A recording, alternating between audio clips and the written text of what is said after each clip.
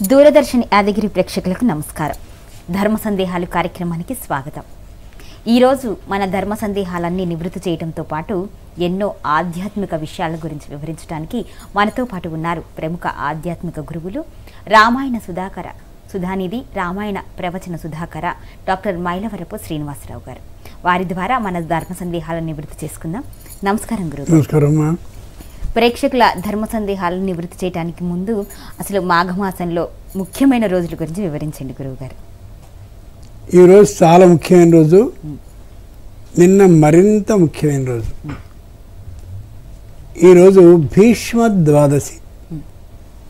భీష్మద్వాదశి, భీమద్వాదశి, ప్రహ్లాదద్వాదశి, తిలద్వాదశి 4. తిలోద్వర్తి, తిలస్నాయి, తిలహోమి, తిలోదకి, తిలభుక్, తిలదాతాచ, షట్తిలా పాపనాశన. పూర్వులు ఏ పండగని ఏర్పాటు చేసినా ఆధ్యాత్మిక రహస్యంతో పాటు ఆరోగ్యాన్ని ప్రధానంగా చూసేవారు. తిలోద్వర్తి అంటే నువ్వుల్ని బాగా దంచి బాగా మెత్తగా చేసి, ఉత్తువర్తి ఇలా రుద్దుకోవడం కాదు, ఇలా పైకి అనుకోవాలి. తిలోద్వర్తి. తిలోదకి అంటే నిన్నటి రోజు రాత్రే నువ్వులన్నింటినీ నీళ్ళలో వేసుకుని ఆ నీళ్లతో నానినటువంటి నీళ్ళు, అదే ఆ నువ్వులతో నానిన నీళ్ళు ఏదైతే ఉన్నాయో ఆ నీళ్ళతో ఈరోజు స్నానం చేయాలి. స్నానానికి ముందు తిలోద్వర్తి నువ్వుల్ని బాగా ఒంటికి ఆ నువ్వుల నూనె ఏదైతే ఉంటుందో అది ఆ పొడిలో ఉండి శరీరాన్ని పైకి ఇలా అంటూ ఉంటే రోమ రంధ్రం కింద దాగున్నటువంటి మట్టి అంతా పోయి ఆరోగ్యాన్ని కాపాడుతుంది. తిలహోమి, హోమాన్ని ఏర్పాటు చేసి దాంట్లో నువ్వులతో హోమాన్ని చేయాలి. ఆ వాసన శ్వాసకోశాన్ని శుభ్రపరుస్తుంది. తిలభుక్, తిలదాతాచ, తిలభుక్. ఈరోజు నువ్వుల పొడితో అన్నాన్ని తిన్నట్లయితే చాలా ఆరోగ్యానికి సుఖకరంగా ఉంటుంది. తిలభుక్, తిలదాచాచ, తిలహోమి, తిలోదకి, తిలభుక్, తిలదాతాచ. నువ్వులు కానీ లేదా నువ్వుల్ని నూనె రూపంలో కానీ దానం చేసినట్టయితే చక్కనైనటువంటి ఆరోగ్యము కలుగుతుంది. ఆధ్యాత్మికంగా కూడా శని పీడ తొలగే అవకాశం ఉంటుంది అని. నిన్నటి రోజున భీష్మ ఏకాదశి అయింది. ఇంత సుఖాన్ని ఏమాత్రం ఎరగనటువంటి వాడు భీష్ముడు. ధర్మరాజు కూడా ఇంత సుఖాన్ని ఎరగనటువంటి వాడు. ఈ భీష్ముడు ఆ ధర్మరాజు మాట్లాడుకుంటూ అవో మన ఇద్దరం ఎంత సుఖాన్ని అనుభవించాం అంటారు. అక్కడుంది విశేషం. సుఖం అంటే మనం లౌకికంగా పడే సుఖం కాదని, ఆ పైనటువంటి పరమాత్మ ఉంటాడో ఆయనని సేవించడంలోనే నిజమైన సౌఖ్యాన్ని పొందాలని అంత గొప్ప రహస్యాన్ని బోధించినటువంటి ఆ అద్భుతమైనటువంటి పండుగ నిన్నటి రోజున భీష్మ ఏకాదశి. ఆయనకి అందుకనే తల్లిదండ్రులు ఉన్న వాళ్ళు కూడా తర్పణాలను విడవాలి అని చెప్తారు. చాలా విశేషం ఉన్నటువంటి రోజులు ఈ 5 రోజులు కూడా భీష్మ పంచక వ్రతం అంటారు. ఓకే, సరే గురువు గారు, ఫస్ట్ కాల్ తీసుకుందాము. నమస్కారం అండి. నమస్తే అండి. మీ పేరు, ఎక్కడి నుంచి కాల్ చేస్తున్నారండి? నా పేరు ప్రియా అండి. నేను నాయుడుపేట నుంచి మాట్లాడుతున్నాను. మీ సందేహం ఏంటో గురువు గారికి చెప్పండి. నమస్తే గురువు గారు. గట్టిగా మాట్లాడండి. కొంచెం గట్టిగా మాట్లాడండి ప్రియా గారు. సరే అండి, అలాగే. అంటే గత జన్మలో చేసిన పాప పుణ్యాలు నిజంగా ఈ జన్మలో వచ్చి ఉంటాయా? అది ఎంతవరకు నిజం? షష్ఠి పూర్తి అంటే ఏంటి? అది ఎలా చేసుకుంటే మంచిది? గత జన్మలోని పాప పుణ్యాలు ఈ జన్మలో వచ్చి తీరుతాయి. ఓ చక్రం ఉంది అని అనుకుందాం. అలా తిరుగుతూ ఉంటే ఆ తిరిగేటటువంటి చక్రం ఎలా అయితే ఓ చోట ఎత్తు, ఓ చోట పల్లం, ఓ చోట ఏదో గొప్పు గొయ్యి ఏదైనా దానికి ఉంటే ఎలా అది సరిగ్గా అదే విధమైనటువంటి ఫలితాన్ని ఇస్తూ ఉంటుందో అదే తీరుగా ఈవేళ మహాన్యాసపూర్వకమైనటువంటి ఏకాదశి రుద్రాభిషేకాన్ని చేస్తాం. రేపు కాలు విరచ్చు. నాస్తికుడు చూసారా అయిందా, ఏమిటి చేశారు అంటాడు. తప్పు. దీనివల్ల ఈ విధమైనటువంటి కష్టం వచ్చింది కాదు. ఈ కష్టం ఇంతకు ముందే రావాల్సి ఉంది, అది ఈ రోజుకైంది. ఏ విధమైన పూజ పుణ్యం పురస్కారం ఏమీ చేయడు, వాడికి అకస్మాత్తుగా వస్తుంది ఒక అమోఘమైన అదృష్టం. ఎలా వచ్చింది? ఈ గత జన్మలో చేసినటువంటి పాపం పుణ్యం ఈ కారణంగానే వస్తూ ఉంటుంది. మనం ఒకే ప్రశ్న అడగమని చెప్పాం, ఆవిడ 2 అడిగారు. ఈ ఒక్కదానికి మాత్రమే చెప్పిన ఆవిడెవరో నాకు తెలిసి కాదు, కానీ ఈసారి నుంచి ప్రేక్షకులను ఒక్కటే అడగమని చెప్తున్నాం మనం. కారణం చాలామంది లైన్లో ఉంటారు కాబట్టి. షష్ఠి పూర్తి. షష్ఠి అన్నప్పుడు టానే కాదు, ఠా రాయకూడదు. ఠా అంటే షష్ఠ అయితే 6 అవుతుంది. ఎన్ని సంవత్సరాలు మనని చాలా జాగ్రత్తగా చూసుకున్నాయో, ఎన్ని అయనాలలో మనం ఆనందంగా ఉన్నామో, ఎన్ని ఋతువుల్లో ఆనందాన్ని అనుభవించామో, ఎన్ని మాసాల్లో, ఎన్ని పక్షాల్లో, ఎన్ని తిథుల్లో మనం సంతోషాన్ని పొందామో, ఆ కాలానికి సంబంధించినటువంటి సంపూర్ణమైన శుభ ఫలితాలని పొందగలిగామో, అన్నిటికీ కూడా కృతజ్ఞతలని తెలియచేస్తూ అన్ని ప్రత్యేకమైనటువంటి కలశాలను ఏర్పాటు చేస్తారు. తర్వాత ప్రతి వ్యక్తికి ఉండేటటువంటి ఏ మరణం అనేది ఒకటి ఉంటుందో అది లేకుండా ఉండేందుకోసమని సంపూర్ణమైనటువంటి ఆయుష్య హోమాన్ని చేయిస్తారు ఆ రోజున. అది 2 రోజులు చేసుకోవడం సరైనటువంటి విధానం. తొందరగా చేసుకున్నందువల్ల ఏ ప్రయోజనము లభించదు. దీంతో పాటుగా పంచ అధిపతులు ఉంటారు, లోకాధిపతులు, అష్ట దిక్పాలకులు ఉంటారు. వీళ్ళందరికీ ప్రత్యేకంగా పూజన చేస్తారు.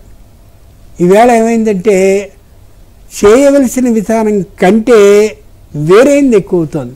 అది తప్పు. చేయదలిస్తే సంప్రదాయబద్ధంగా చేయండి, చేయదలచనట్లయితే మీ ఇష్టం చేసుకోండి.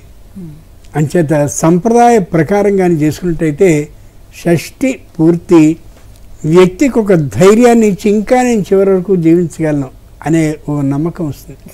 ఇంకొక మాట చెప్పి ముగిద్దాం. 60 వచ్చేసరికి జిహ్వ చాపల్యం పెరుగుతుంది. అంత నైష్ఠికుడు పెద్దవాడు అయినటువంటి వాడు ఆ మార్గం పక్కన ఏవైనా అలా తిరుబండారు కనిపిస్తే తినేయాలని అనిపిస్తూ ఉంటుంది ఆయనకి. అలాగే ఇంట్లో అంచేత ఏం చేయాలి, కోడలు ఏవేవి ఈయనకి ఇష్టమో అటువంటి తినుబండారాలన్నింటినీ అక్కడ ఏర్పాటు చేస్తే చిన్నపిల్లలు ఎలా అయితే అటు ఇటు వెడుతూ గబుక్కుని తినేస్తూ ఉంటారో అలా ఆయన తింటాడు. అడగలేడు కదా ఇంత. అలాగే కొడుకుని పిలిచి చెప్తారు, నీకేవైనా కష్టాలు అవి ఉన్నట్టయితే ఈయన వయస్సు మళ్ళింది కాబట్టి బరువులు ఆయన మీద పెట్టకు, మీలో మీరు పరిష్కరించుకోండి. కోడల్ని పిలిచి ఇలా తినుబండారాలు పెట్టుకొని ఇలా అద్భుతమైనటువంటి మంత్రాల సమూహం షష్ఠి పూర్తి. లోకంలో వ్యక్తిని 60 దాటిన తర్వాత గౌరవించవలసిన తీరు విధానం కూడా దాంట్లో ఉంటుంది. చాలా గొప్పదైనటువంటి ప్రక్రియ షష్ఠి పూర్తి. మరో కాల్ తీసుకుందాము. నమస్కారం అండి. జై శ్రీరామ్ అండి. జై శ్రీరామ్ అండి. మీ పేరు, ఎక్కడి నుంచి కాల్ చేస్తున్నారు? నా పేరు సదాశివ కుమార్ అండి, కడప. గురువు గారికి నమస్కారం అండి. నమస్కారం అండి. గురువు గారు, కొన్ని వంశాల వారు పుట్టలను ఆరాధిస్తారండి, కొన్ని వంశాల వారు నాగశిలను ఆరాధిస్తారు. ఆ రెండింటి మధ్య భేదం ఏమి, ఆంతరికం ఏమైనా ఉందా తెలియజేయాలని కోరుకుంటున్నాను గురువు గారు. ఎవరైనా సరే పుట్టనే ఆరాధించడం విధానం.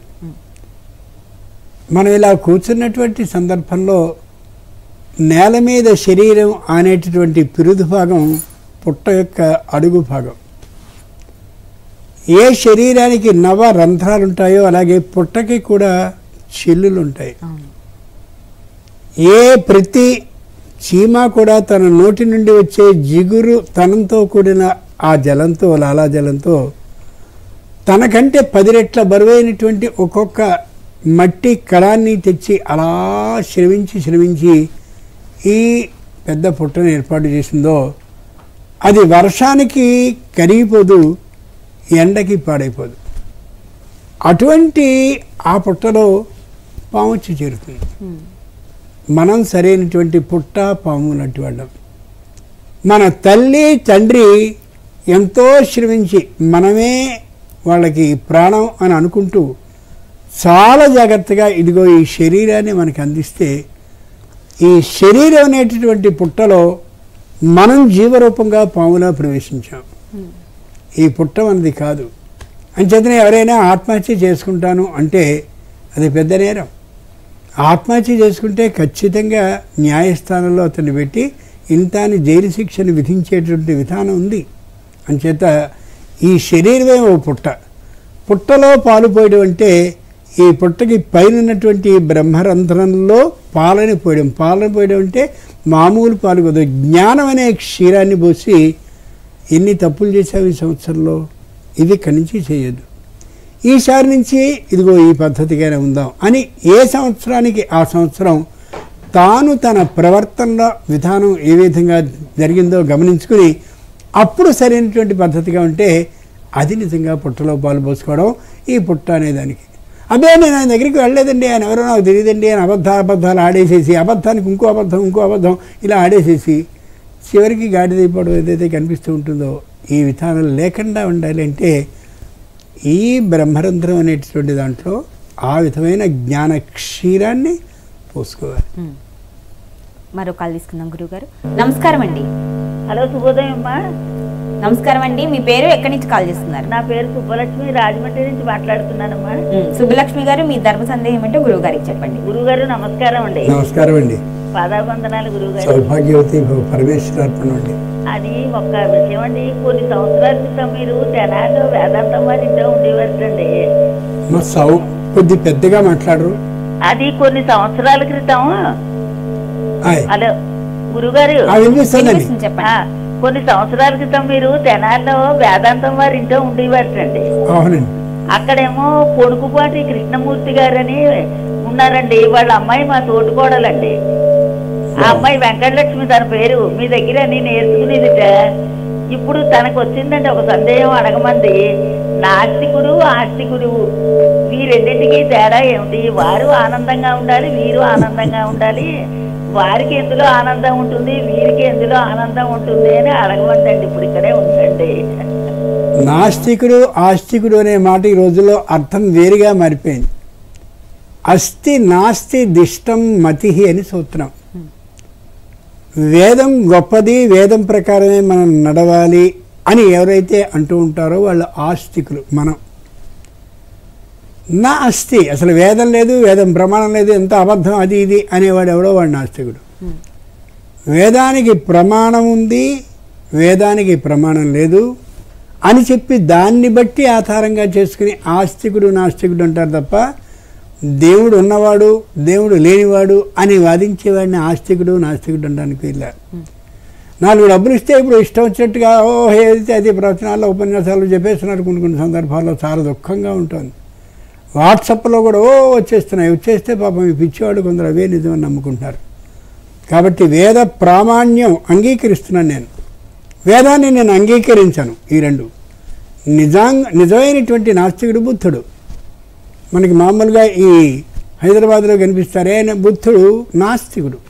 ఆయనకి వేదం మీద అంగీకారం లేదు, యజ్ఞాలు యాగాలు వీటినన్నింటినీ కూడా అవసరం లేదు అని చెప్పేటటువంటి ఇదనమాట. మనకి దశావతారాల్లో కనిపించే బుద్ధుడు సాక్షాత్ శ్రీ మహావిష్ణు స్వరూపుడు. అంచేత మనం గమనించుకోవాల్సింది వేదాన్ని బట్టి ఆస్తికుడు, వేదాన్ని బట్టి నాస్తికుడు అని. తర్వాత కాలంలో మారిపోయింది. మారిపోతే మనం ఏం చేయగలుగుతాం, అదే విషయం. మరో కాల్ తీసుకుందామండి. నమస్కారం అండి. హలో నమస్కారం.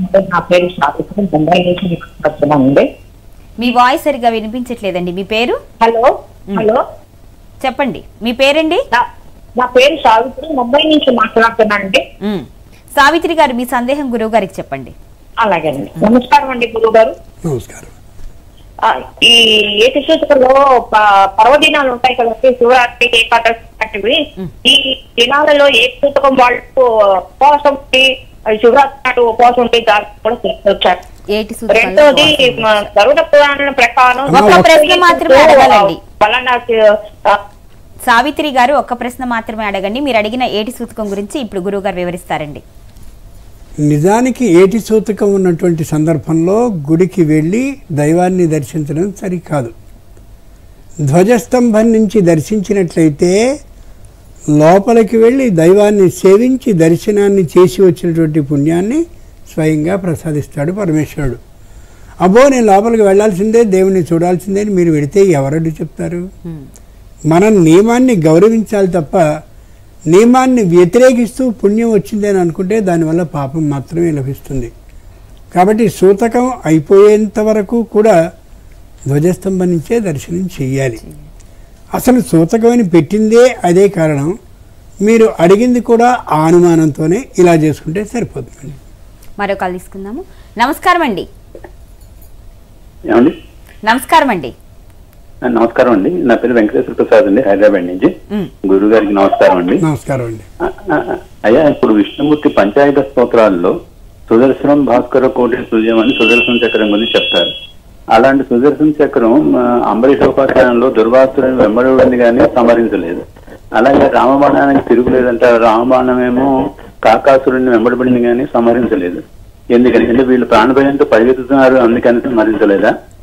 లేదా ప్రయోగించేటప్పుడే వాళ్ళని సంహరించే ఉద్దేశం విష్ణుమూర్తికి కానీ శ్రీరాముడికి కానీ లేదా? అలాగే రామబాణం ఒకసారి ప్రయోగిస్తే వ్యర్థం కాకూడదని కాకాసురుడి కన్ను తీసేసుకుంటుంది. అలాగే సుదర్శన చక్రం కూడా వ్యర్థం కాకూడదని దుర్వాసుల్లో ఏమన్నా ఖండించిందా? దయచేసి తెలియజేయండి. నమస్తే. భగవంతుడు ఎవరినైనా శిక్షించాలంటే వెంటనే శిక్షించాడండి. ఎందుకు వీడిని అనవసరంగా నేను శిక్షించాల్సిన అవసరం వచ్చిందని చాలా దుఃఖపడతాడు.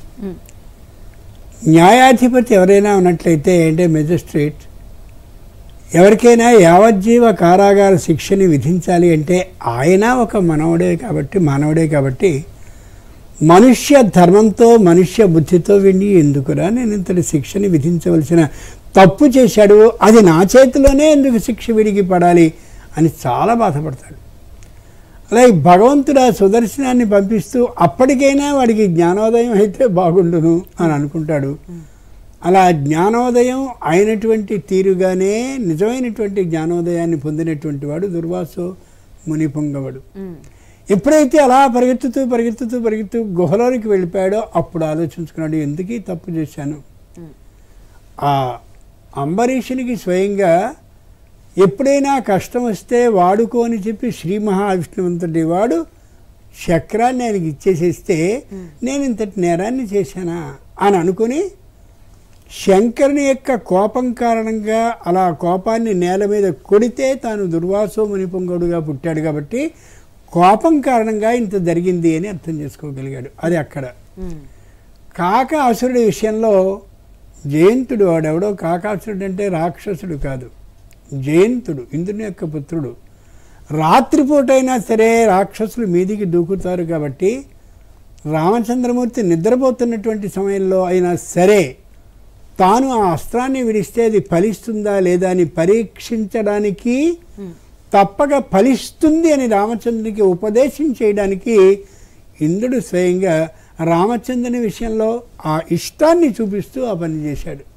కాబట్టి నేను రాత్రిపూట అయినా సరే నిద్రలో ఉన్నా సరే ఆ గడ్డిపోచను తీసి బ్రహ్మాస్త్ర మంత్రాన్ని దానికి చేర్చినట్టయితే అది ప్రయోగింపబడుతుంది, అనుమానం లేదని నిరూపించడం కోసం, మనకి అర్థం చేయడం కోసం అంతలా చేశారు. ఎంత గొప్ప చరిత్రది. మరో కాల్ తీసుకుందాం. గురుగారు నమస్కారం అండి. నమస్కారం అండి. మీ పేరు, ఎక్కడి నుంచి కాల్ చేస్తున్నారండి? పత్తి నరసింహారెడ్డి, చిన్నారావుపేట, వరంగల్ జిల్లా నుండి అండి. మీ సందేహం గురువు గారికి వివరించండి. అయితే మొన్న భీష్మాష్టం వచ్చింది కదా అండి.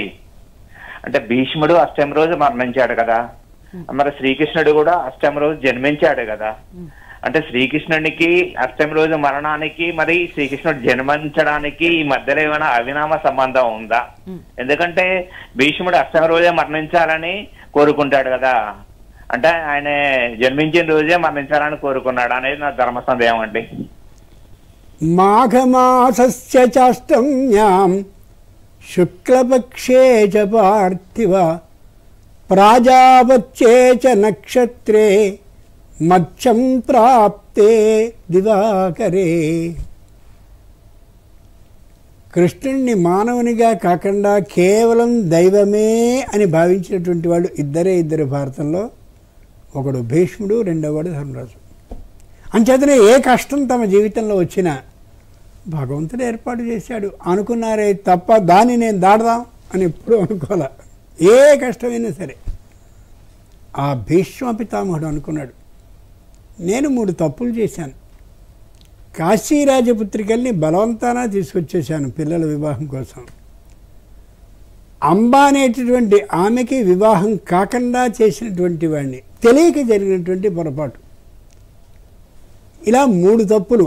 అదే తీరుగా ద్రౌపది వస్త్ర అపహరణ సందర్భంలో మౌనంగా అలా చూస్తూ ఏమీ చేయలేకుండా ఉండిపోయాను. ఇంకో మాట కూడా చెప్తే, ద్యోతం ఆడే సందర్భంలో నీకు ఎక్కడిదిరా సొమ్ము అని దుర్యోధనుడిని కానీ నేను అడిగి ఉన్నట్లయితే వాళ్ళ నాన్నకే లేదు ఆస్తి, మొత్తం ఆగిపోయిండేది. చేయలేకపోయాను. మౌనం అంత అంగీకారం ఉంటారు చూడండి.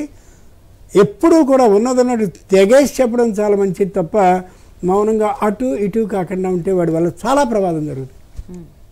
ఈ తప్పులు చేసిన నేను ఏం చేయాలని ఉత్తరాయణ పుణ్యకాలం వరకు అలా జీవిద్దామని నిశ్చయించుకుని తండ్రి ఇచ్చాడు కదా స్వచ్ఛంద మరణం. స్వచ్ఛంద మరణం అంటే ఎప్పుడు తాను మరణించాలని అనుకుంటే అప్పుడు మరణించేటటువంటి ఆ వరాన్ని ఆధారంగా చేసుకుని ఖచ్చితంగా మరణిద్దాం అనుకుని, నేను ఎప్పుడూ కూడా కృష్ణుడినే పరతత్వంగా భావిస్తాను కాబట్టి ఆయన ఏ అష్టమి నాడో అదే అష్టమి నాడు నేను వెళ్ళాలి ఆయనలోకి. ఆయన ఏ రోహిణీ నక్షత్రంలో వెళ్ళిపోయాడో అదే రోజు నేను వెళ్ళాలి. నేను యుద్ధ రంగ ప్రదేశంలో ఉన్నాను కాబట్టి ఆయన అర్ధరాత్ర కాలంలో పుడితే నేను మధ్య ఆహ్నకాలంలో సరిగ్గా 12 గంటలకి వెళ్ళిపోవాలని ఆలోచించాడు. ఎన్ని పోలికలు కనిపిస్తాయి? 18 పోలికలు కనిపిస్తాయి ఆ కృష్ణునికి ఈ భీష్మునికి.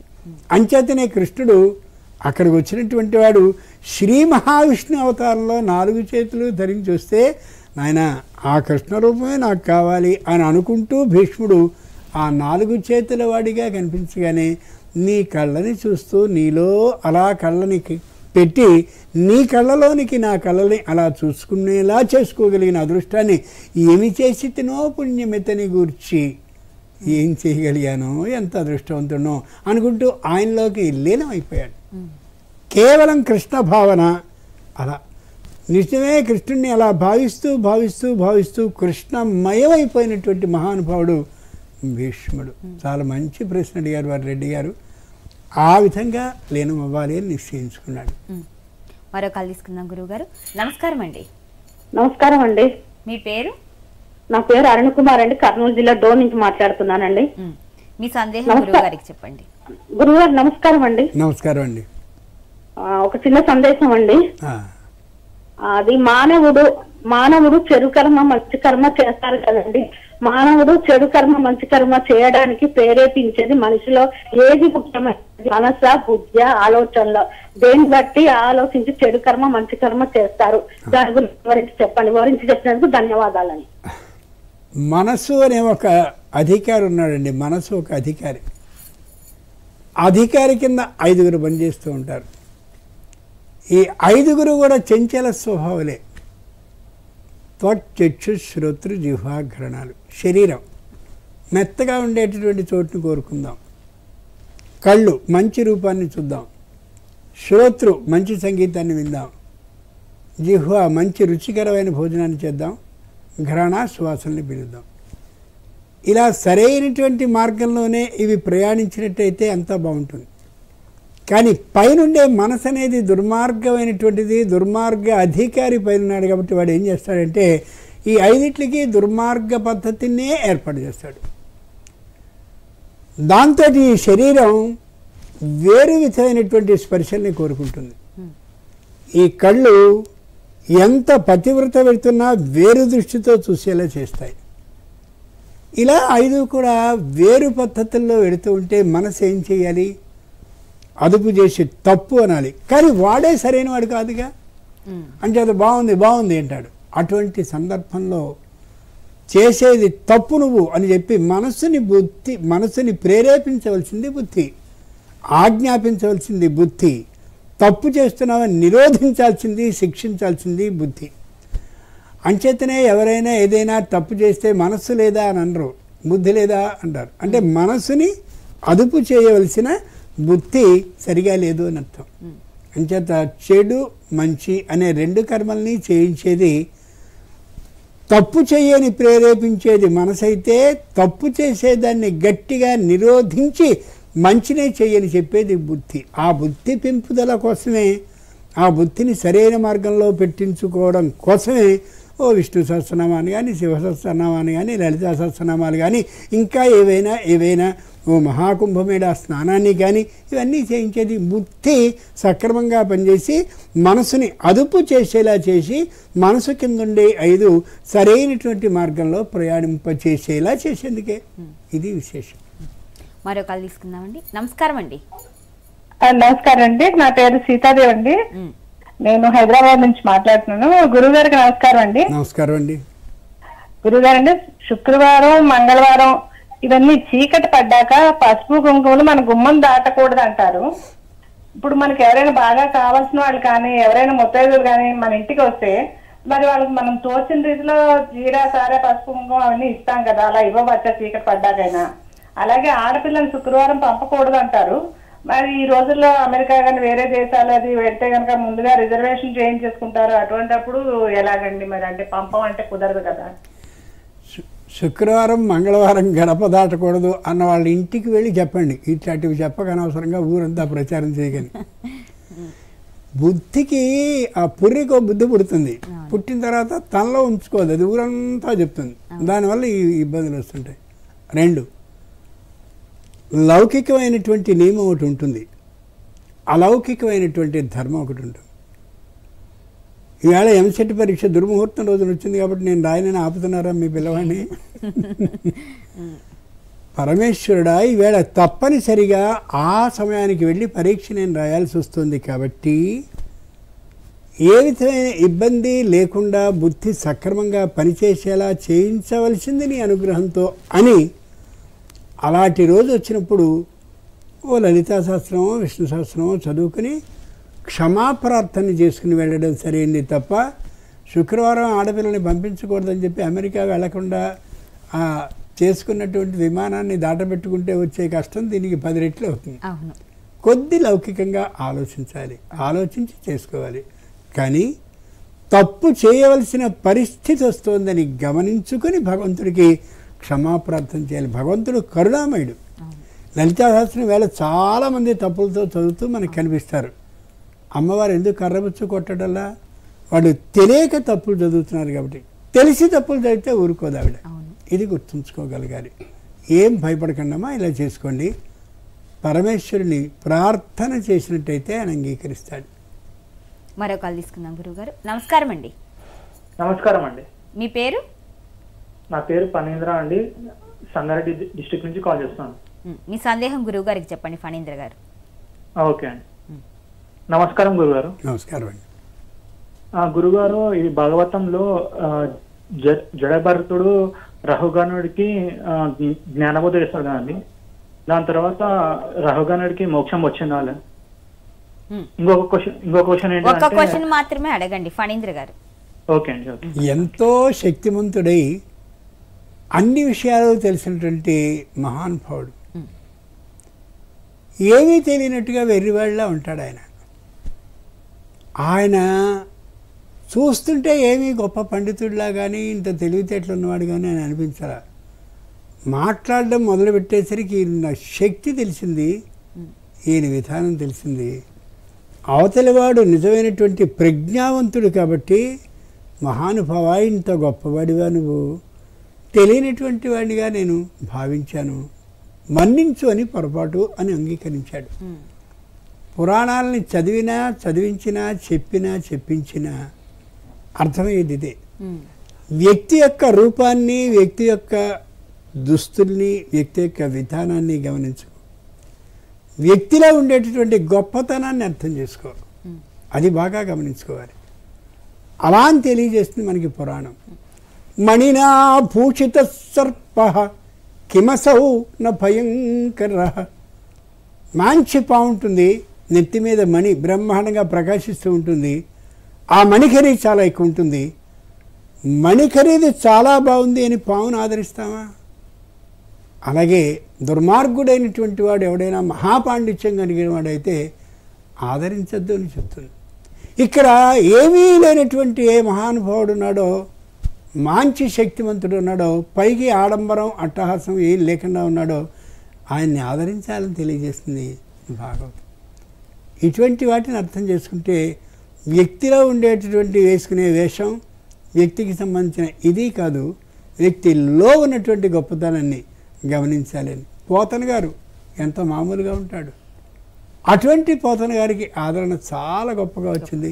నాకు ఇంకేమొద్దు, శ్రీ కైవల్య పదంబు చేరుటకున్నాయి.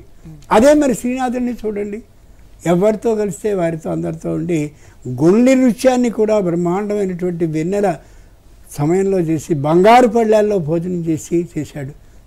శ్రీనాథుడిని తక్కువ అంటే నా అభిప్రాయం కాదు, కానీ పోతనకి తక్కువ స్థానం లేదు అని చెప్పడం దీనిలో ఉండే భావం. మరో కాల్ తీసుకుందాం గురువుగారు. నమస్కారం అండి. నమస్కారం అండి. మీ పేరు, ఎక్కడి నుంచి కాల్ చేస్తున్నారు? వైజాగ్ నుంచి అండి, గాయత్రి నా పేరు. మీ సందేహం గురువుగారిని అడగండి. చెప్పండి. గురువు గారికి నమస్కారం అండి. నమస్కారం అండి. ఇప్పుడు చిన్నపిల్లల్లోనే కాకుండా పెద్దవాళ్ళు కూడా బుద్ధిమాంద్యం ఉంటుంది కదా, అది పోయి మామూలుగా అందరిలో ఉండాలంటే వాళ్ళు ఏం చేయాలి? లలితా సహస్రనామాల్లో ప్రత్యేకంగా అమోఘమైనటువంటి 4 పాదాలు ఉన్నాయి. ఆ 4 పాదాలని లలితా సహస్రనామంలోని ప్రతి శ్లోకం తరువాత అనుబంధంగా చేసి చదివినట్లయితే పూర్తిగా బుద్ధిమాంద్యం తొలగుతుంది అని వ్యాఖ్యానకర్తలు రాశారు. ఆ రోజుల్లో జరిగినటువంటి విధానం కూడా అది.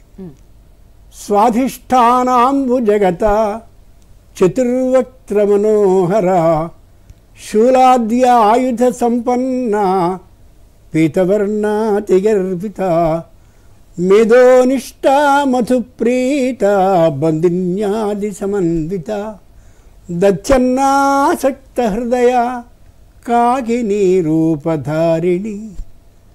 ఈ 93వ శ్లోకం దగ్గర నుంచి మనం చదువుకుంటూ వెళితే ఈ 4 పాదాలు కనిపిస్తాయి. ప్రతి 2 పాదాలు ఉన్నటువంటి శ్లోకం తర్వాత దీన్ని అనుసంపుటి చేసుకుని కానీ చేసినట్టయితే 182.5 శ్లోకాల లలితా సహస్రనామాన్ని తప్పక బుద్ధిమాంద్యం తొలగే అవకాశం ఉంటుంది. వేళ నేను చెప్పాను కాబట్టి రేపు ఎల్లుండి వరకు ఖాయంగా చేస్తారు. అలా కావడం కాకుండా చివరి వరకు అలా చేస్తున్నట్టయితే తప్పక లలిత అనుగ్రహం ఉండి తీరుతుంది. నిశ్చయంగా బుద్ధి వికాసం ఏర్పడి తీరుతుంది. మరో కాల్ తీసుకుందామండి. నమస్కారం అండి. నమస్కారం మేడం. మీ పేరు, ఎక్కడి నుంచి కాల్ చేస్తున్నారండి? నా పేరు మహబూబ్ నగర్ నుంచి మాట్లాడుతున్నాను మేడం. మీ సందేహం గురువు గారిని అడగండి. వినిపించట్లేదని చెప్పండి. నమస్కారం.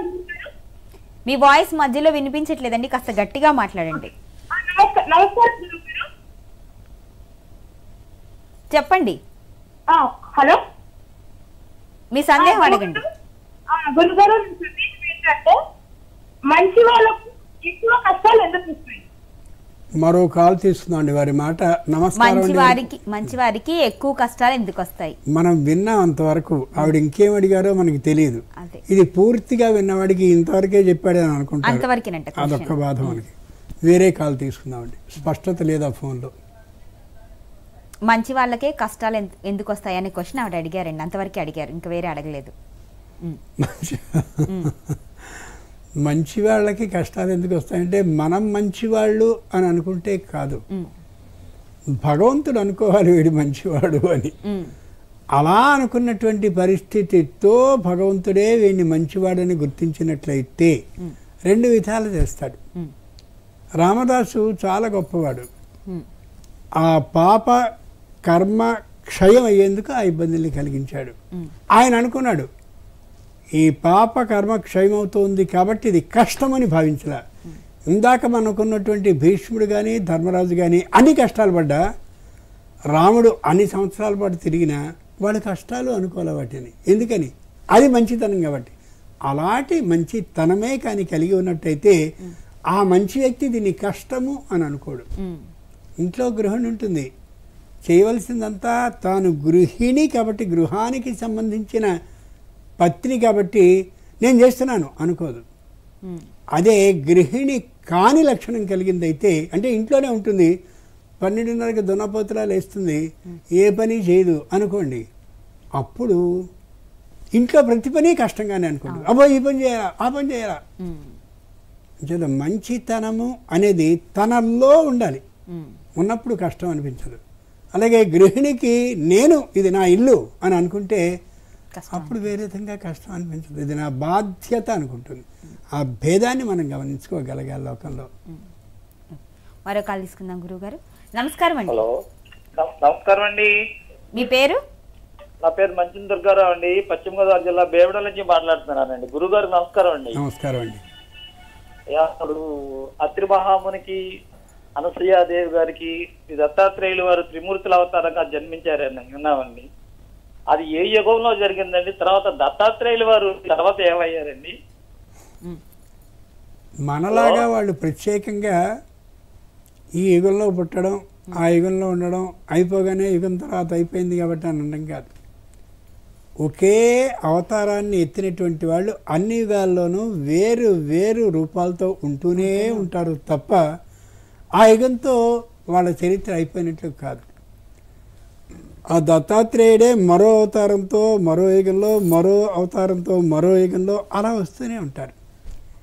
ఏ శ్రీ మహావిష్ణువు ఆ త్రేతకు వచ్చేసరికి రాముడయ్యాడో, ద్వాపరానికి వచ్చేసరికి కృష్ణుడయ్యాడో, కలికి వచ్చేసరికి వెంకటేశ్వరునిగా కనిపిస్తున్నాడో, అదే తీరుగా దత్తాత్రేయుల వారు కూడా శాశ్వతంగా ఉంటూనే ఉంటారు. 14 అవతారాల మూర్తులుగా ఇప్పటికీ వస్తూనే ఉంటారు. అటువంటి దత్తాత్రేయ ఉపాసన చేసినటువంటి ఎందరో కూడా మనకి కనిపిస్తూ ఉంటారు. ఈయన అపర దత్తాత్రేయ స్వరూపం అని అనుకుంటూ ఉంటాం. ఆయన ప్రవర్తనని బట్టి అలా వారు శాశ్వతంగా ఉంటూనే ఉంటారు తప్ప ఇక్కడితో దత్తాత్రేయ చరిత్ర పూర్తయింది కాబట్టి ఇక తర్వాత ఆయన లేరు అనే విధానం ఉండదు. అలా ఉంటూనే ఉంటారు నిరంతరం. అలా ఆ రూపం ఆ విధమైనటువంటి ప్రభావాన్ని, ఆ విధమైన శక్తిని ఇస్తూనే ఉంటుంది ఉపాసకులకి, వాటిని ఉపాసించే వారికి. మరో కాల్ తీసుకుందామండి. నమస్కారం అండి. నమస్కారం అండి. నమస్కారం అండి. కొంచెం గట్టిగా మాట్లాడండి. మీ పేరు, ఎక్కడి నుంచి కాల్ చేస్తున్నారండి? దివ్య అండి, శ్రీకాళహస్తి. గురువు గారికి పాదాభివందనాలు. సౌభాగ్యవతి. గురువు గారు మీ ఆశీర్వాదం నాకు కావాలి. గురువు గారు, నాకు ఒక ప్రశ్న. సతీ సావిత్రీదేవి సూర్యుడిని ఎలా అడ్డుకునింది చెప్పండి గురువు గారు. అనసూయ.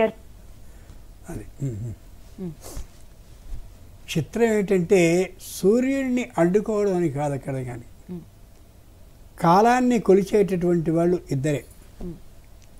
పగలు సూర్యుడు, రాత్రి చంద్రుడు. అంచేత కాలాన్ని నిరోధించగలిగిన శక్తిమతి సావిత్రి. ఇక్కడ అంతరార్థానికి వెళ్ళాలి. సవిత్రి అని అంటారు. మిత్ర, రవి, సూర్య, భాను, ఖగ, పూష, హిరణ్యగర్భ, మరీచి, ఆదిత్య, సవిత్రు, అర్క, భాస్కర, మొత్తం 12 పేరు. ఆ సవిత్రి శక్తి ఎవరికైతే ఉంటుందో ఆవిడ సావిత్రి. ఆ సవిత్రి శక్తి కలిగింది కాబట్టి సూర్య ఆరాధన శక్తి బాగా నిండింది కాబట్టి కొంత సమయాన్ని నాకు ఇయ్యి అని చెప్పి సూర్యుని ప్రకాశం లోకానికి రాకుండా ఉండేలా, ప్రకాశం వస్తే సూర్యుడు వచ్చేసాడు పగలైపోయిందని అందరూ అనుకుంటారు కాబట్టి అనుకోకుండా ఉండేలా చేసింది తప్ప సూర్యుడిని ఆపిందనేటటువంటి అభిప్రాయం ద్వారా సూర్య గమనాన్ని నిరోధించిందనేది కాదు. ఉదాహరణకి శీతకాలంలో సూర్యుడు ఉదయం 9 గంటలకి యువతలకు వచ్చాడు అనుకుందాం. ఆయన 9 గంటలకు వచ్చినప్పటికీ కూడా 9 గంటలకి మామూలు రోజుల్లో ఏ చోటులో ఆయన ఉంటాడో, ఏ కోణంలో ఆయన అలా కనిపిస్తాడో అలాగే ఉంటాడు. మనం చూడకపోవడం తప్ప ఆయన రాకపోవడం కాదు. అలాగే సావిత్రీదేవి సూర్యుడిని ఆపేసింది అంటే, సూర్య గమనాన్ని ఆపగలిగింది అంటే అర్థం ఏంటంటే సూర్య ప్రకాశం లోకానికి కనిపించి ఇంకా పగలు అవలేదు అనే అభిప్రాయం వచ్చేలా చేసింది. కనిపించకపోతే కదా పగలు అవ్వలేదని. అంచేత పగలు కానటువంటి తనాన్ని చూపించింది తప్ప సూర్యుడిని ఆపే శక్తి ఎవ్వరికీ లేదు. సూర్యుడు సంపూర్ణంగా అలా వెళ్ళిపోతుంటాడు. అంచేతనే ఆయన అప్రతిభుడు. అంటే అప్రతిభుడు అంటే ప్రతిభ లేనివాడని అర్థం కాదు. ప్రతిభ కూడా ఎవరికైతే లొంగుతూ ఉంటుందో ఆ ప్రతిభకు మించినటువంటి వాడు అనుత్తముడు అని అంటుంటారు సంస్కృతంలో. అట్లాంటి మాట్లాడమాట. నా ఉత్తమ అస్మాత్, ఇంతకంటే గొప్ప ఉత్తముడు లేడు అనే అభిప్రాయంలో ఎలా అవుతుందో, ఇంతకంటే ప్రతిభావంతుడు లేడు అనే అర్థంలో అని మాట అంటారు. ఇంకా కనిపించకపోయేలా చేయగలిగింది తప్ప కనిపించని వాడు అని అర్థం కాదు. మరో కాల్ తీసుకుందాం గురువుగారు. నమస్కారం అండి. నమస్కారం అండి. అదేమో చిన్న క్వశ్చన్ నాది. సూర్య భగవాన్ కి పిల్లనిచ్చిన మామ పేరు ఎవరు నాకు తెలియదు, నాకు అది తెచ్చుకోవాలని ఉంది. ఏంటి సూర్య భగవానుడికి మామగారి పేరంటండి? సంజ్ఞ. ఇలా వరుసగా 4 భార్యలు ఉన్నారు. ఆ 4 భార్యలకి ప్రత్యేకంగా తండ్రిగా ఒకరిని చెప్తారు కానీ తండ్రి కాదు. ఈ 4 స్వయంగా తమంత తాముగా జన్మించినటువంటి కిరణ రూపాల్లో ఉండేటటువంటి వాడు. ఉషా అని కనిపిస్తూ ఉంటుంది, ఉషః కిరణం అంటాం. అనేకమైనటువంటి కిరణాల సమూహం. అలాగే సంజ్ఞాదేవి. ఇలా మొత్తం ఉండేటటువంటి దేవతలందరూ ఎవరైతే ఉన్నారో సూర్యుడే కిరణ రూపం కలిగిన వాడు కాబట్టి వీళ్ళు కూడా కిరణ రూపాలు కలిగిన వాడే తప్ప ఆ మామగారు ఈ కళ్యాణ మండపంలో పెళ్లి చేశారు, ఆ రోజు జరిగింది పెళ్ళి, ఇవన్నీ కాదు. కొద్ది దైవ భావనతో ఆలోచించవలసినటువంటి కథా ఇతివృత్తాలు ఇవన్నీ కూడా. శంకరుని కానీ సేవించినట్టయితే సంతానం కలుగుతుంది అని చెప్తారు. అసలు శంకరుడికే సంతానం లేరు. పార్వతీదేవి గర్భం కలగడం లేదు. పుట్టిన పిల్లలిద్దరూ కూడా ఆవిడ గర్భం నుంచి వచ్చిన వాళ్ళు కాదు. అంచేత మనం కథల్లోకి కొద్దిగా జాగ్రత్తగా పరిశీలించి చూస్తే వీళ్ళందరూ ఇలాంటి మన లౌకికమైనటువంటి వ్యవహారానికి సంబంధించిన వాళ్ళు కాదు. దీన్ని కథగా భావించడం వల్లే మనకి ఏమవుతుంది అంటే, ఓహో అయితే సూర్యుడు యొక్క మామగారు ఈయన, ఈ ఈవిడ మామగారు, ఇలా వరుస 5-6 మామగారు అన్నమాట అని ఆ అభిప్రాయం వస్తూ ఉంటుంది. అలా అనుకోవద్దు. దయచేసి కథల్లో విశేషాన్ని అర్థం చేసుకుంటే సరిపోతూ ఉంటుంది. సూర్యుడు వీళ్ళు ఎవ్వళ్ళకి అల్లుడు కాదు. సూర్యుడు భాహకరహ అంటే కిరణాలని లోకానికి కరహ ఏర్పాటు చేసేవాడు. దివా కరహ పగటిని చేసేవాడు. ఎవ్వరూ చేయలేనటువంటి పని పగటిని చేయడం, అటువంటి దాన్ని చేసినవాడు. అంచేత ఆయన ఎవరికి అల్లుడు, ఈయన మామయ్య వాళ్ళు ఎవరు, ఈ విధమైనటువంటి కథా దృష్టితో ఆలోచించనే కూడదు. మరొకరు తీసుకుందాం గురుగారు. నమస్కారం అండి. నమస్తే మేడం. మీ పేరు, ఎక్కడి నుంచి కాల్ చేస్తున్నారు? నా పేరు హేమంత్ కుమార్ మేడం, వరంగల్ నుంచి మాట్లాడుతున్నాను. మీ సందేహం గురువు గారిని అడగండి. నమస్కారం గురుగారు. నమస్కారం.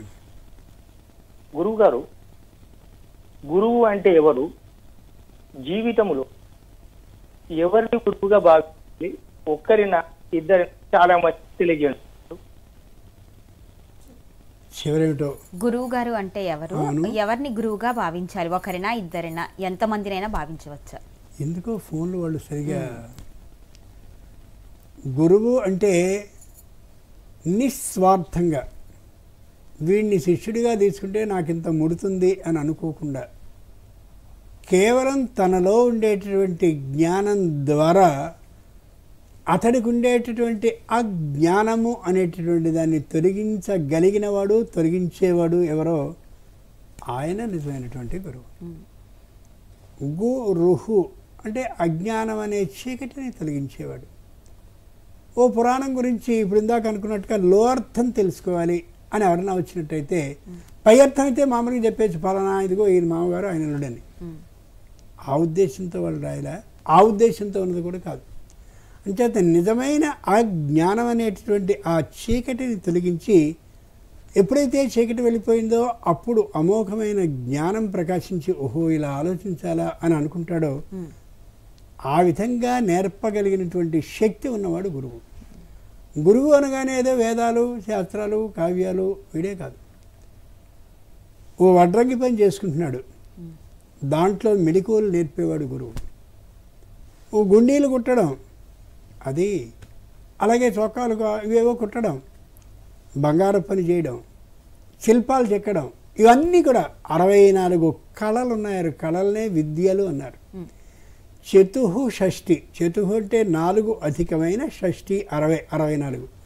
ఈ 64 విద్యల్లో ఏ విద్యని నేర్పినా సరే ఏమీ తీసుకోకుండా నిస్వార్థంగా చేసుకుంటూ నా తర్వాత నా విధమైనటువంటి పద్ధతుల్లో ఉండేవాడిని ఒకరిని ఏర్పాటు చేయాలని ఆలోచించుకుని నిస్వార్థంగా ఎవరైతే చెప్తారో ఉపదేశాన్ని చేస్తారో విద్యని అతడు నిజమైనటువంటి గురువు. అలాంటి వాడిని మనం తీసుకున్నట్టయితే సరిపోతూ ఉంటుంది. మనకి ఓ 10 రోజులు వెళ్ళినట్టయితే గురువు దగ్గరికి అర్థమైపోతుంది వీడి గురువా కాదా అని. ఆ తీరుగా ఆలోచించుకుంటే నిజమైన గురువు ఎవరో మనకి స్పష్టంగా తెలుస్తూ ఉంటుంది. మరో కాల్ తీసుకుందాం గురువు గారు. నమస్కారం అండి. నమస్తే అండి, రాజశేఖర్, హైదరాబాద్. మీ సందేహం గురువు గారికి చెప్పండి. గురుగారు నమస్కారం.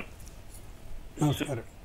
శివునికున్న ఎన్నో పేర్లలో ఒక పేరు కాలభైరవుడు. కాలభైరవుడు అంటే మామూలుగా మనం ఒక గ్రామ కుక్కని పేరుతో పిలుస్తాం. అయితే ఈ మధ్య వచ్చిన మౌని అమావాస్య రోజు దీపాలంతా వెలిగించి ఈ కాలభైరవుడు ఆ పేరు ఎలా వచ్చింది శివుడికి? ఇంకొకటి, అక్కడికి కాశీకి వెళ్ళి వచ్చిన వాళ్ళు ఇదివరకు నేను చూసినప్పుడు కుక్క మెడలో గార్లు అవి దండ వేసి కుక్కను పూజించేవాళ్ళు. ఈ కారణం ఏంటి అనేది తెలియజేయండి. Thank you. మంచి చిత్రమైన మాట ఏమిటంటే కాలము అంటే మృత్యువు అని అర్థం. కాలమునందు భీరువు అంటే పిరికితనం, చచ్చిపోతాం చచ్చిపోతాం చచ్చిపోతాం అనే భయం ఉంటుంది. ఆ భయం కొంతమంది లోపల కలిగి ఉన్నప్పటికీ కూడా ధైర్యంగా ఉండగలుగుతారు భగవద్ ఉపాసన కారణంగా. ఆ కాలము మృత్యువు లభిస్తుందేమో అనేటటువంటి భయాన్ని తొలగించగలిగిన శక్తి ఉన్నటువంటి ఆ అంశలో శంకరుడు కాలభైరవుడు అని పిలువబడతాడు. కాలభైరవమాశ్రయే మమ కిం కరిష్యతి వై యమః. మార్కండేయుడున్నాడు, కాలభైరవుడిని ఆశ్రయిస్తాను, ఏ ఇబ్బంది లేదు నాకు అంటే శంకరుల్లో ఉండే గుణాలలో ఒక గుణం మృత్యు భయాన్ని తొలగించడం. అంతటి శక్తిమంతుడైన నిజాన్ని నిజంగా ఇప్పటికి కూడా మనం అనుకుందాం. ఆ వీధిలో ఎక్కడైనా మృత్యువు సంభవించబోతోంది అంటే మొట్టమొదటిగా మోరెత్తి పెద్దగా ఏడుస్తూ కుక్కలన్నీ అరుస్తాయి, ఈ వీధిలో ఎవరెవరు వెళ్ళబోతున్నారు అని. వాటికి స్పష్టంగా ఆ విధమైన శక్తిని భగవంతుడు ఇచ్చాడు, మనం ఎవరని చెప్పక్కర్లా. అంచేత కాలమునందు ఉండేటటువంటి కష్టం ఏది రాబోతుందో సూచించగలిగిన శక్తి కుక్కలు ఉంటుంది. సహజంగా ఎవరైనా మరణించినట్లయితే ఆ మరణించినటువంటి వారికి ప్రీతికరమైనటువంటి ఏ మాసచక్రం అంటే మినపగారులు ఉంటాయో వాటిని మనం నైవేద్యంగా పెడతాం. ఆబ్దికాల్లో వాటిలో చేసేది అదే కదా. అంచేత కాలం మృత్యువుకి సంబంధించిన విషయాన్ని చెప్పేటటువంటి ఏ కాలభైరవ సూచకంగా కాలభైరవుని సూచిస్తూ ఏ కుక్కకు మనకి కనిపిస్తుందో దాని మెడలో గారెల దండని వేయడానికి కారణం అన్ని గారెలు కలిసి అన్ని కుక్కలు కలిసి తింటాయి అని.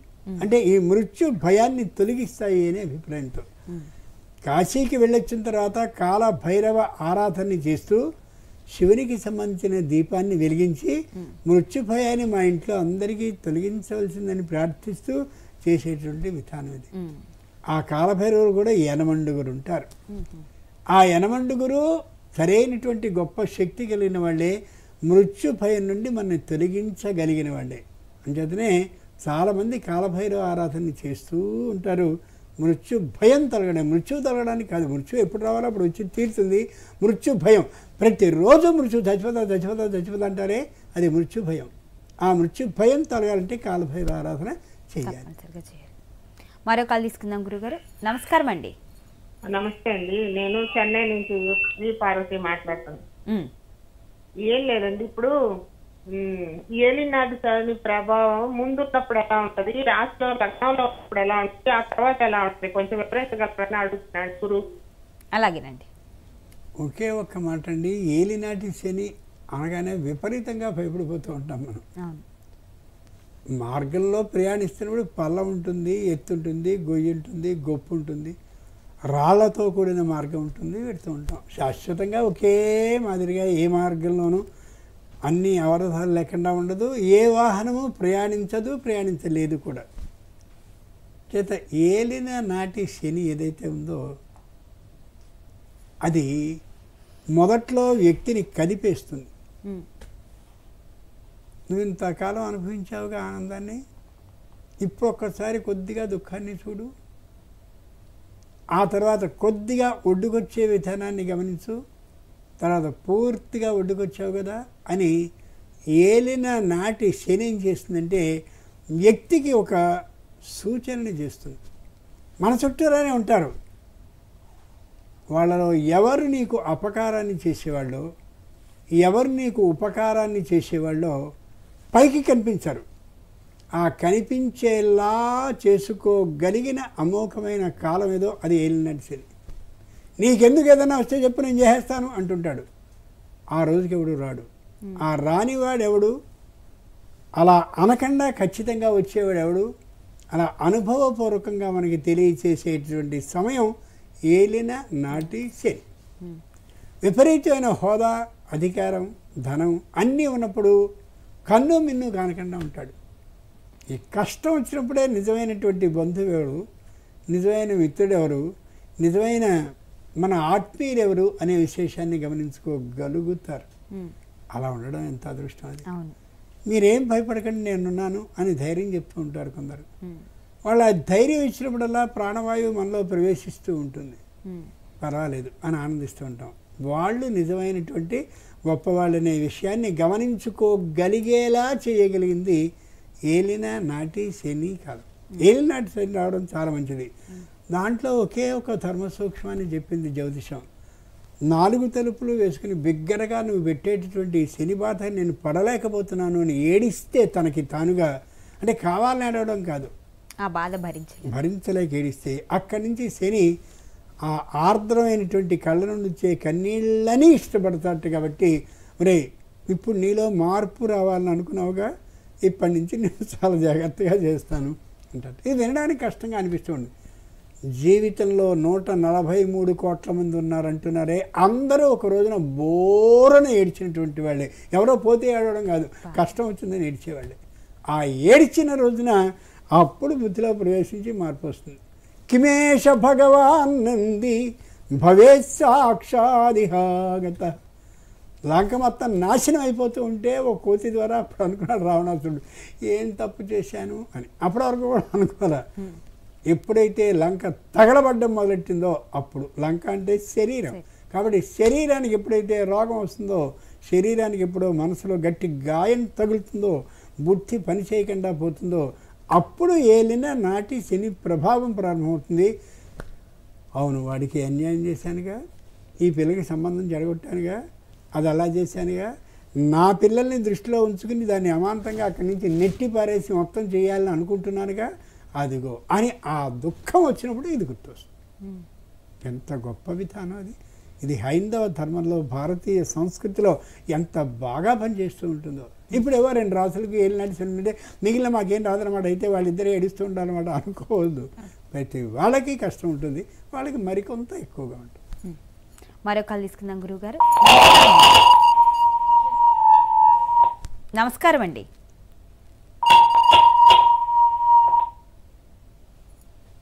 నమస్కారం అండి. నమస్కారం అండి. కాల్ కట్ అయినట్లుగా ఉంది గురుగారు. ఇందాక మనం భీష్ముడు గురించి, మనం తర్వాత ద్వాదశి గురించి చెప్పుకున్నాము. ఇప్పుడు భీష్ముడిలో గొప్పదనం ఉంది. లోకంలో ఎవరు తాను చేసిన తప్పుకి తాను శిక్షను విధించుకోరు. ఎలాగో అలా శిక్ష నుంచి తప్పించుకోవడం కోసమని ప్రయత్నం చేస్తారు.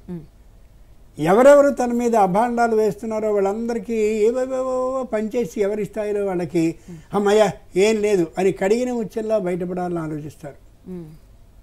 అందరికీ ఏ విధంగా ఈ వచ్చిన ఇబ్బంది తొలగిపోయిందో అందరికీ అర్థమవుతుంది. భీష్ముడు అలాంటి వాడు కాదు. నేను చేసిన తప్పులకి నేనే శిక్షను విధించుకోవాలి అని అనుకుని యుద్ధరంగంలో ఆ బాణాలన్నీ పెట్టినటువంటి ఒక చెయ్యని ఏర్పాటు చేసుకుని దాని మీద పడుకున్నాడు. తాను ఒక్కసారిగానే ఒక శంఖాన్ని ఊదితే ఎంతమందో వస్తారు. సర్వ సైన్య అధ్యక్షుడు ఆయన, ఎవరిని రావద్దన్నాడు. అలాగే రాత్రి పగలు అదే ప్రదేశంలో ఉన్నాడు. ఆ నేల మీద పడ్డటువంటి వాళ్ళందరూ కూడా క్షతగాత్రులు అంటారు, దెబ్బతిన్న శరీరాలు కలిగినవాడు. ఈ రాజులు చేసిన యథోపనికి మేము పడుతున్నాం. ఇలాగా వాళ్ళు రాజ్యాలు తన్నుకుంటూ ఇష్టం వచ్చినట్టుగా చంపుకుంటూ ఉంటే మేము భార్య పిల్లలందరికీ కూడా అలా దూరం అయిపోతున్నాం మేమని రాజవంశాలు అందరినీ తిట్టారు. ఆ తిట్టిన తిట్లని విన్నాడు. పైనుంచి గద్దలు రాబందులు అన్నీ వచ్చి అక్కడ బాగా రక్తపు ముద్దలు, రక్తం బురద అయిపోతే దాన్ని తినడానికి వచ్చినటువంటివి తింటూ ఉంటే ఆ పెద్ద అరుపులు, చప్పుళ్ళు, రెక్కల చప్పుళ్ళు విన్నాడు. తన మీద కూడా అలా వస్తూ ఎక్కడైనా గాయం తగిలినటువంటి చోట పొడిచి తిందాం అనేటువంటి పరిస్థితిని చూశాడు. విపరీతమైన దుఃఖంతో ఉన్నాడు. ఇక ఆ బురద వాసన, రక్తపు బురద వాసన, ఆ మాంసం కుళ్ళిపోతున్నప్పుడు వచ్చేటటువంటి బాధ 58 రోజులు ఉన్నాడు. ఇదంతా అనుభవించాడు. మంచినీళ్ళు ఇచ్చేవాడు లేడు, ఆహారాన్ని ఇచ్చేవాడు లేడు, మాట్లాడేందుకు మనిషి సహాయం లేదు. అలా ఉండి ఇన్ని రోజులు తనకి తానే శిక్షని విధించుకుని అప్పుడు శ్రీకృష్ణుడు లీనమయ్యాడు ఆయన. అంచేత భీష్మ ఏకాదశి నాడు ఆ మహానుభావుడిని తలుచుకుంటూ భీష్మ అష్టమి నాడు జరిగినటువంటి దృశ్యాన్ని కళ్ళలో దర్శించుకుంటూ తాను చేసిన తప్పుకి తానే శిక్షించుకోగలిగినటువంటి విధంగా వ్యక్తున్న రోజున భీష్మ సమానుడు అని గుర్తుంచుకోగలగాలి. ఇంత గొప్పవాడు కాబట్టే శ్రీ మహావిష్ణువు తనకిష్టమైనటువంటి ఏకాదశి తిథిని ఇతని పరం చేస్తూ భీష్ముడు అష్టమి నాడే తనలో లీనమైన ఇతనికి భీష్మ ఏకాదశి అనేదాన్ని ఏర్పాటు చేశాడు. ఎంత గొప్ప మాట అది. అది మరో కాల్ తీసుకుందాం గురువుగారు. నమస్కారం అండి. నమస్కారం అమ్మా. మీ పేరండి, ఎక్కడి నుంచి కాల్ చేస్తున్నారు? పోలవరం అమ్మ, బ్యారేజీ పోలవరం అమ్మ. నమస్కారం అమ్మ. బ్యారేజీ పోలవరం నుంచి మాట్లాడుతున్నాను గురువు గారు. గురువు గారి పాదాల విందాల శరణాగతమ్మా. పరమేశ్వర అమ్మ గురువు గారండి, భూమి అడగండి అమ్మా, మీ సందేహం ఏంటో. భూమి కొంచెం అమ్ముడవక రుణ బాధలు ఎక్కువైపోయినాయి గురువు గారు. ఆ భూమి అమ్ముడవుతులేదు, దగ్గరికి వస్తున్నారు వెళ్ళిపోతున్నారండి. కొంచెం భూమి అమ్ముడయ్యేలాగా ఏదైనా మంచి మార్గం చెప్పండి, రుణాలు తీర్చుకుంటాను. ఇంట్లో ఉన్న వాళ్ళందరికీ బీపీ వచ్చేస్తుంది అయ్యా, రుణ బాధల గురించి వడ్డీల గురించి కట్టలేక. అలాగే పరిష్కారం చెప్పండి బాబు. నేను ఎవరికైనా ఏ సందర్భమైనా చెప్పే పరిష్కారం ఒకటే. కష్టానికి సుఖానికి ఒకే ఒక్కడు ఆధారం. మీరు ఇల్లు వేలుపు, కుల దైవం అంటారు.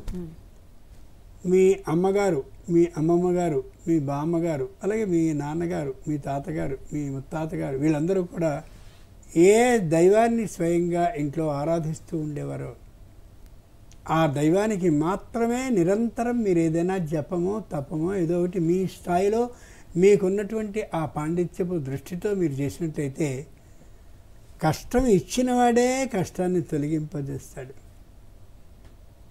ఎప్పుడూ విపరీతమైనటువంటి ప్రేమతో ఇష్టంతో చూపించే తల్లే తప్పు చేసినప్పుడు పెళ్ళ లెంపకాయ కొట్టేది. ఇప్పుడు కొట్టడం లేదు.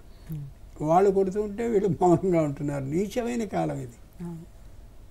అప్పుడు అమ్మ కాళ్ళని గట్టిగా పట్టుకుంటే కొట్టవలసిన, తప్పు చేసిన బిడ్డని కొట్టవలసిన అమ్మ వాడిని ఒకసారి చూసి కొడదామని అనిపించినప్పటికీ కూడా ఇలా చేస్తావా అని ఇలా కొట్టేస్తున్నట్టుగా అలా అని బుగ్గ మీద చిన్నగా చరిచి వెళ్ళిపోతుంది. తల్లి మీరు ఒక్కటే చేయండి. ఓ లలితా సహస్రనామం, విష్ణు సహస్రనామం, శివ సహస్రనామం ఏదో ఒక్కటి మాత్రమే ఇదో పిచ్చి పట్టినట్టుగా గుళ్ళో కూర్చొని చదువుకోండి అవకాశం ఉంటే. నాకు చదువు రాదు, చదవగలిగిన అవకాశం లేదు. అయితే ఆ చదివినటువంటి దాన్ని జాగ్రత్తగా వినండి, స్పష్టంగా వింటూ ఉండండి. 10-15 రోజులు అయ్యేసరికి ఎంత మార్పు ఉంటుందో గమనించండి. మీ పక్క ఇంటి వాడో ఎదుటింటి వాడో చెప్తాడా ఇవి చదివితే భూమి అమ్మడవుతుందా, ఏమైనా పిలిచిందా, ఆయన కూడా చెప్పాడు అనుకో, ఆయన ఏమైనా పిచ్చి పట్టిందా అంటాడు. దానికి లొంగిపోకుండా చేయండి, ఖచ్చితంగా వచ్చి తీరుతుంది. రామదాసు జైల్లో ఉన్నప్పుడు ఒకడొచ్చి కొట్టేవాడు, వాడు అలసిపోయిన తర్వాత ఇంకోటి వచ్చి కొట్టేవాడు. చిత్రం చూసారా? అంతే. నిన్నే మొక్కుతా ఏమైనా సరే. అన్నిసార్లు తన్నులు తినిస్తున్నావు నువ్వు, ఏం భగవంతుడి అనలా. అంతే, నిన్నే వేడుకుంటున్నాడు. ఆ స్థాయికి వెళ్ళిపోయాడు. ప్రతి వ్యక్తికి కష్టం వస్తుంది, మీకే కాదు. మీరు ఇక్కడి వేళ అడిగారు, అడిగిన వాళ్ళు కొన్ని కోట్ల మంది ఉన్నారు. భగవంతుడు ఒక్కడే శరణం. గురువుగారు ఈరోజు ఎన్నో ధర్మ సందేహాలను నివృత్తి చేశారు. అదేవిధంగా భీష్ముడి గురించి చాలా వివరంగా అందరికీ ఆయన అంపశయ్య మీద ఉన్న విషయాన్ని కూడా వివరించారు. ధన్యవాదాలు గురువుగారు. చూశారు కదండి ఈరోజు ధర్మ సందేహాలు కార్యక్రమం. తిరిగి మరికొన్ని ధర్మ సందేహాలను నివృత్తి చేసుకోవడానికి మరి ఒకసారి ధర్మ సందేహాల కార్యక్రమంలో కలుద్దాం. అంతవరకు సెలవు. నమస్కారం.